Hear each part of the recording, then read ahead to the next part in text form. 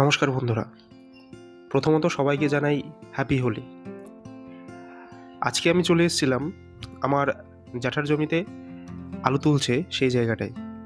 এসে দেখি মানে এত পরিমাণে আলু হয়েছে, মানে সেটা আপনারা দেখতেই পাচ্ছেন যে এত পরিমাণে আলু হয়েছে কি বলবো।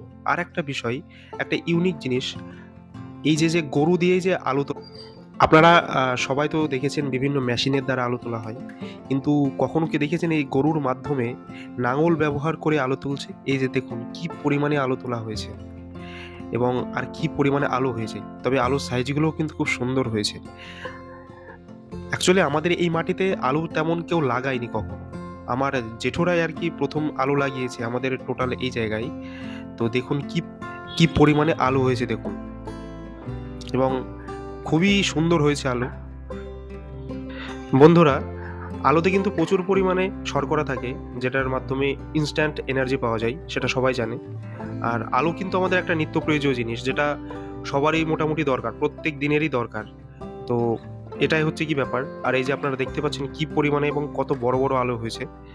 সুতরাং আপনারা সবাই হোলিটা ভালোভাবে কাটান এবং খুব সুন্দরভাবে কাটান। ধন্যবাদ।